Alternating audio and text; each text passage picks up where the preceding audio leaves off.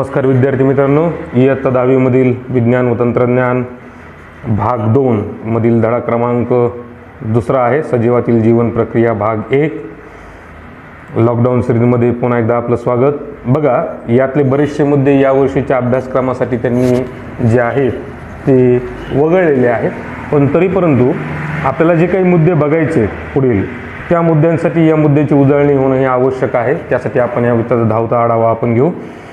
अन्य पदार्थ व त्यातील पोषक तत्वे शरीरासाठी कशी उपयुक्त ठरतात. ही गोष्ट आपल्याला माहिती आहे विद्यार्थी मित्रांनो, की आपल्याला जे दैनंदिन आपल्याला कार्य करावे लागतात, या सर्वसाधारण जे आपल्याला कार्य करण्यासाठी आपल्याला अन्नपदार्थ आणि पोषक तत्वांची उपयुक्तता ठरते. कर्बोदके, स्निग्ध पदार्थ यासारखी पोषक तत्वे आपल्याला विविध कार्य करण्याची ऊर्जा पुरवतात. तसेच जर आपण पाहिलं तर प्रथिने असतात पेशींमध्ये. या प्रथिनांची आपल्याला ऊतीची बांधणी, ऊती दुरुस्त करणे इत्यादी प्रकारच्या गोष्टींसाठीही या प्रथिनांची आपल्याला गरज पडते.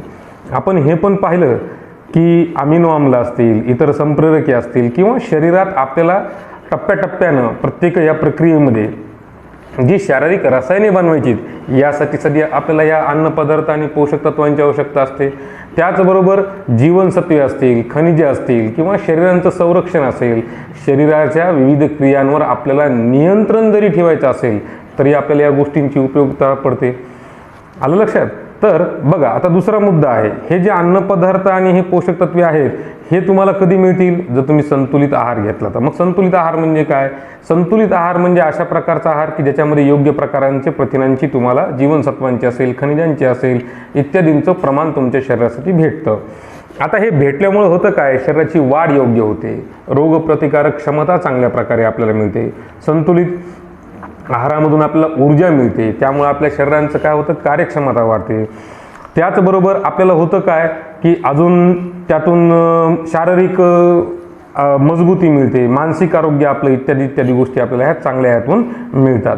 आता पुढचा मुद्दा आहे पाचक रसांचे या पचन संस्थेमध्ये महत्त्व काय. आता जर पाचक रस पाहिली तुम्ही तर पाचक रसांचं मूळ पचन संस्थेमध्ये काय की विविध प्रकारची रसायने जी असतात ती रसायने आपल्या शरीरामध्ये स्त्रावल्याच्या नंतर अन्न पचन करणे, त्याचबरोबर त्यातून जे महत्त्वाचे जे पोषण तत्व आहे ते पोषण तत्व वेगळे करणे, शरीराच्या प्रत्येक पेशीला पाठवणे इत्यादी प्रकारांचं आपलं पाचक रसाचं काम असतं. त्यातली शर्करा जी असते ती शर्करा संतुलित ठेवण्याचं काम आपलं ह्या पचन संस्थेचे जे पाचक रस असतात ते पाचक रस काय करत असतात. आता शरीरातील जे स्नायू असतात ते कोणते कोणते कार्य पार पाडतात तर बघा, आपल्याला शरीरामध्ये कोणते कोणते असतात. एक आहे ऐच्छिक स्नायू जे हाडांशी जोडलेले असतात, ज्याचबरोबर हात पाय यांच्या हालचाली घडून आणतात. दुसरा आहे अनैच्छिक स्नायू, म्हणजे अनैच्छिक म्हणजे ज्यावर आपलं नियंत्रण नसतं, जसं पापण्याची हालचाल असते, रक्तवाहिन्यांचं हृदयाचं आकुंचन आणि प्रसरण असेल, त्याचबरोबर अन्ननलिकेमध्ये अन्न पुढे ढकलणं असेल इत्यादी प्रकारच्या ज्या गोष्टी असतात त्या अनैच्छिक स्नायूमार्फत होतात आणि हे शरीरातले स्नायू पार पाडतात. हृदयाचा स्नायू तर तुम्हाला माहितीच आहे, आकुंचन आणि प्रसरण. या इत्यादी प्रश्नांची उकल आपल्याला इथं पाहिजे. आता पुढचा प्रश्न बघा, ऊर्जा निर्मितीच्या प्रक्रियेत रक्ताभिसरण संस्था ही नेमकी कशी कार्यरत असते. आता इथं त्यांनी प्रश्न काय विचारला की ऊर्जा निर्मिती प्रक्रियेत आपण वरचा प्रश्न घेऊ. मानवी शरीरात तयार होणारे टाकाऊ पदार्थ शरीराबाहेर टाकण्यासाठी कोणती संस्था कार्यरत असते. आता ही आपल्याला माहिती आहे मित्रांनो, उत्सर्जन संस्था कार्यरत असते. त्याच्यामुळे आपण काय करतो की शरीरातले जे टाकाऊ पदार्थ आहेत ते बाहेर टाकतो. ऊर्जा निर्मिती प्रक्रियेत रक्ताभिसरण संस्था ही कशी कार्य करते बघा. रक्ताभिसरण संस्थेतील धमन्या या ऑक्सिजनयुक्त रक्ताचे हृदयापासून शरीराच्या इतर भागापर्यंत काय करतात? वहन करतात. या रक्तात काय असतं? ऑक्सिजन असतो, ग्लुकोज असतं, मेदाम्ल असतं आणि ऊर्जेने भरपूर अशी पोषक द्रव्ये असतात. ही द्रव्ये काय करतात की या रक्तांमार्फत या प्रत्येक पेशीपर्यंत पोहोचवण्याचं काम करतात, जेणेकरून ऊर्जा निर्मितीची प्रक्रिया चालते. आणि जर हे पोहोचलं तर ऊर्जा निर्मिती होणं शक्य नाही, हे आपल्याला माहिती आहे. कारण की तुम्ही खाल्लेलं अन्न आणि जर ऑक्सिजन या दोन गोष्टी जरच म्हणजे ग्लुकोज प्लस तुमचं ऑक्सिजन जर तुमचं एकत्र झालं तरच ATP मॉलिक्यूल तयार होतात. बघा पुढचा प्रश्न आहे, मानवी शरीराअंतर्गत चालणारे कार्य कसे नियंत्रित होते व किती प्रकारे. आता तसं पाहायला गेलं तर मानवी शरीरामार्फत एक तर आहे चेता नियंत्रण, ज्याला आपण म्हणतो की आपली नर्वस सिस्टीम आहे. त्याचबरोबर रासायनिक नियंत्रण, आपल्या शरीरामध्ये जे संप्रेरक स्त्रावतात विविध वयाच्या टप्प्यामध्ये यामार्फत केलं जातं. आणि या दोन गोष्टीमार्फत आपलं जे शरीराचं कार्य आहे ते नियंत्रित केलं जातं. म्हणजे आपण असं म्हणतो की चेता नियंत्रण आणि रासायनिक नियंत्रण या दोन प्रकारे काय होतं की हे कार्य केलं जातं. आता चेता नियंत्रणामध्ये कोण कोण येतं? मेंदू येतो, मज्जारज्जू येतो, चेतापेशी येतात इत्यादी साह्याने काय केलं जातं की चेता नियंत्रण केलं जातं. आणि रासायनिक नियंत्रण तर तुम्हाला माहितीच आहे की शरीराच्या वाढ आणि विकासाच्या टप्प्यामध्ये आपल्या शरीरामध्ये विविध प्रकारची संप्रेरकही स्त्रावत असतात. त्याच्यामुळे आपली जी वाढ आणि विकास असतो तो टप्प्याटप्प्याने होत असतो. आता बघा की आपण आपल्या मूळ धड्याला सुरुवात करू. सजीव व जीवन प्रक्रिया. मानवी शरीरात अनेक प्रकारच्या संस्था ह्या अविरतपणे कार्य करत असतात. बरोबर आहे. पचन संस्था असेल, श्वसन संस्था असेल, रक्ताभिसरण असेल, उत्सर्जन संस्था असेल, नियंत्रण संस्था असेल, याचबरोबर शरीरातील असे अंतर्गत आणि बाह्य अवयव मिळून आपले स्वतंत्रपणे कार्य करत असतात. बरं, हे सगळे कार्य करत असताना कशातून करतात? समन्वयातून करतात. कोणाची मागं पुढे हालचाल नसते. योग्य पद्धतीने म्हणजे जेवण झालं की पचन होतंच, पचन झालं की उत्सर्जन होतंच, इत्यादी या क्रमाने संत समन्वय साधलेलं असतं. कुठल्याही प्रकारची कोणाची एकमेकाला अडचण त्याच्यामध्ये येत नसते. ही सर्व यंत्रणा प्रत्येक सजीवांमध्ये कमी अधिक प्रमाणात समान पद्धतीने असते आणि या अखंडपणे यांना ऊर्जा स्रोताची आवश्यकता असते. बघा, आपण वरी पाहिलं की मग ऊर्जा स्रोतासाठी तुम्हाला कशाची गरज असते? कर्बोदके, स्निग्ध पदार्थ व प्रथिने इत्यादी गोष्टींची काय असते? गरज असते. आणि मग होतं काय? प्रत्येक पेशीमध्ये तंतुकणिकाच्या मदतीने ही ऊर्जा काय केली जाते? मिळवली जाते. तुम्हाला माहिती आहे की तंतुकणिकेला काय म्हणतात? पॉवर हाऊस, जिथून काय होते? आपल्याला ऊर्जा मिळते. ऊर्जा निर्मितीस फक्त अन्न घटक लागतात असे नाहीच, तर ऑक्सिजनची पण आवश्यकता भासते. हे सर्व घटक परिवहन संस्थेद्वारे पेशीपर्यंत पोहोचतात. नियंत्रण संस्थेचेही या प्रक्रियेवर नियंत्रण असते. म्हणजेच ऊर्जा निर्मितीसाठी आपल्याला अन्न घटक नाही तर ऑक्सिजनची पण आवश्यकता असते. हे सर्व घटक परिवहन संस्थेमार्फत पेशीपर्यंत पोहोचतात. नियंत्रण संस्थेचेही या प्रक्रियेवर नियंत्रण असते. म्हणजेच ऊर्जा निर्मितीसाठी प्रत्येक जीवन प्रक्रिया आपापल्या परीने काय असते? ही हाताळल्या जात असते. या सर्व प्रक्रियेसाठी आपल्याला ऊर्जेची गरज असते. आपण बघा, आपण आणि इतर प्राणी फळे भाजीपाल्यांचे सेवन करतो. वनस्पती स्वतःचे पोषण करतात. यासाठी ते काय करतात? अन्न निर्मिती करतात.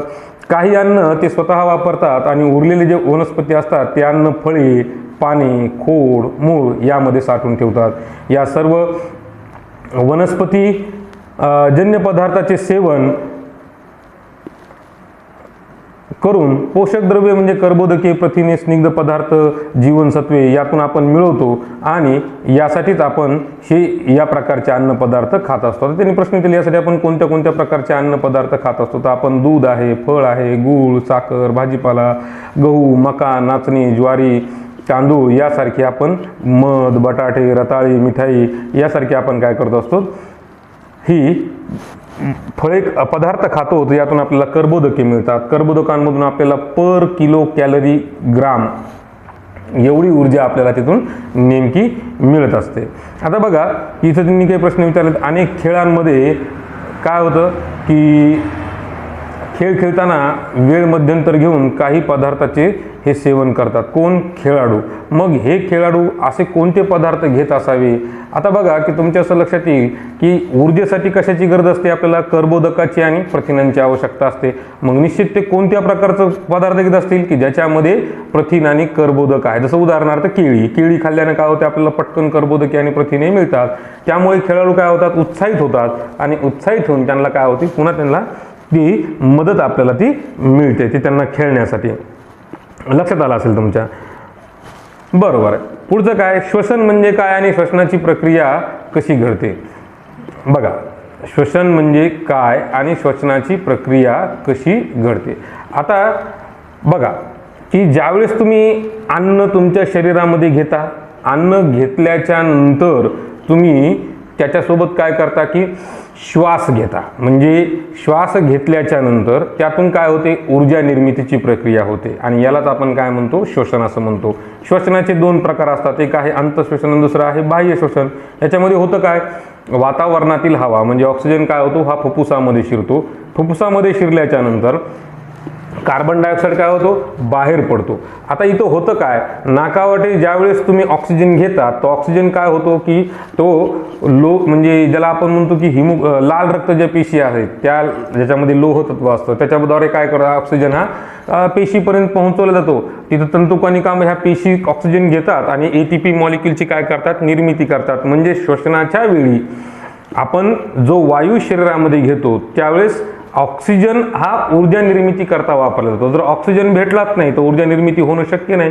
आणि मग हे ऑक्सिजन घेतल्याच्या नंतर त्याचं ऑक्सिडीकरण होऊन त्याच्यापासून काय होतो, एटीपी मॉलिक्यूलची निर्मिती होते. आणि एटीपी म्हणजे काय, एक प्रकारची ऊर्जा आहे. आणि अशा पद्धतीने आपण काय करत असतो, आपली श्वसनाची प्रक्रिया ही चालू असते. आणि श्वसनाची प्रक्रिया चालू असल्याने आपल्याला काय होतं की तिथं ऊर्जा मिळायला चालू होते. बघा त्यांनी पुढे प्रश्न विचारला, आता सजीवांमध्ये ऊर्जा निर्मिती बघा काय दिली.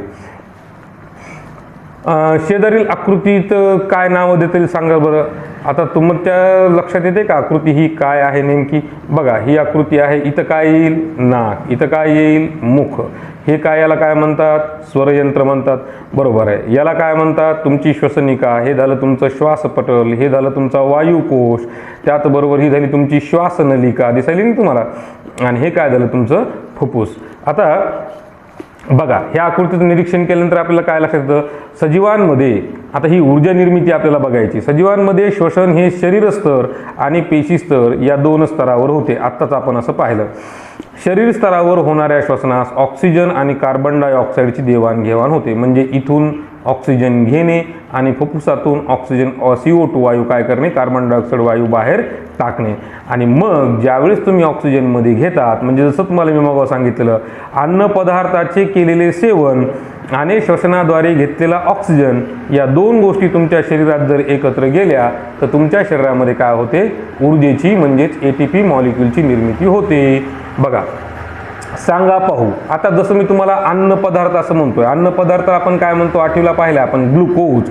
त्याचा फॉर्म्युला काय आहे, C6H12 आणि O6. मग ते काय म्हणतात की ग्लुकोजच्या एका रेणूमध्ये कार्बनचे किती अणू आहेत, हायड्रोजनचे किती अणू आहेत आणि ऑक्सिजनचे अणू किती आहेत. तर साहजिकच उत्तर आहे, कार्बनचे आहेत 6, हायड्रोजनचे आहेत 12 आणि ऑक्सिजनचे किती, तर 6. म्हणजे C6H12 आणि O6, ज्याला आपण म्हणतो ग्लुकोज प्लस O2. आलं लक्षामध्ये. आठवीची रिॲक्शन आठवण्याचा प्रयत्न करा. हे सर्व अणू एकमेकांना कोणत्या रासायनिक बंधाने जोडलेले असतात, तर हे सहसंयुज बंधाने एकमेकाला जोडलेले असतात. रसायनशास्त्राच्या दृष्टिकोनातून एखाद्या रेणूचे ऑक्सिडीकरण होते म्हणजे नेमके काय होते. आता ऑक्सिडीकरणाची आपल्याला माहिती आहे की समजा एखाद्या रेणूचं ऑक्सिडीकरण होणे म्हणजे रेणू काय करतो, ऑक्सिजनचे अणू मिळवतो आणि त्यातून इलेक्ट्रॉन काय करतो, हा कमी करतो. या प्रक्रियेला आपण काय म्हणतो, ऑक्सिडीकरण म्हणतो. पुन्हा एकदा लक्षात घ्या, रेणू ऑक्सिजनचे अणू मिळवतो आणि म्हणजे ऑक्सिडीकरण म्हणजे काय, टू गेट द ऑक्सिजन, म्हणजे ऑक्सिजन हे मिळवणे आणि मिळवल्यानंतर काय करणे की त्यातून इलेक्ट्रॉन काय करणे, हे कमी करणे. आता बघा की ह्या तीन गोष्टीतून तुमच्या लक्षात आल्या असेल. म्हणजे इथे त्यांनी खाली तेच नेमकं सांगण्याचा प्रयत्न केला. काय प्रयत्न केला, बघा आपण जे अन्न पदार्थ खातो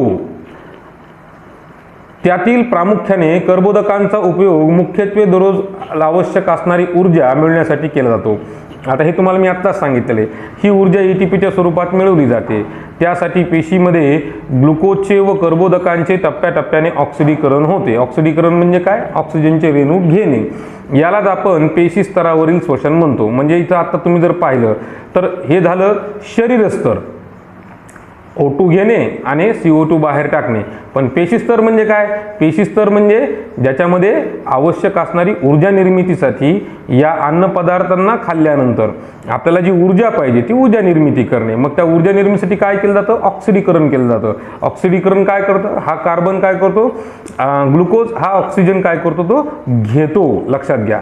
आणि सजीवामध्ये पेशीस्तरावर होणारे श्वसन दोन प्रकारचे असते. ते दोन प्रकारचे ऑक्सिशोषण म्हणजे ऑक्सिजन या प्रक्रियेत भाग घेतो आणि दुसरं आहे विना ऑक्सिशोषण म्हणजे ज्याच्यामध्ये ही जे पेशी स्तराचं शोषण होत असतं त्याच्यामध्ये ऑक्सिजन हा भाग घेत नाही. आता इथं लक्षात घ्या की विना ऑक्सिशोषण आपण असं जरी म्हणत असतो तर तिथं ऑक्सिजनचं प्रमाण हे अतिशय सूक्ष्म स्वरूपामध्ये असतं, जे की आपण ना बराबर म्हणतो, म्हणून त्याला आपण विना ऑक्सिशोषण असं म्हणतो. आणि ऑक्सिशोषण आता ज्याच्यात आपण हे आपलं बघा की ज्याच्यामध्ये ऑक्सिजनचा सहभाग आहे याच्या टप्प्यातले आपल्याला जे 3 टप्पे पडतात. आणि हे ग्लुकोज जे आपण म्हणलो ना C6H12O6 ह्या ग्लुकोजचे नेमके ऑक्सिडीकरण नेमकं होतं कसं हे आपल्याला आता इथं काय करायचंय बघायचं आहे.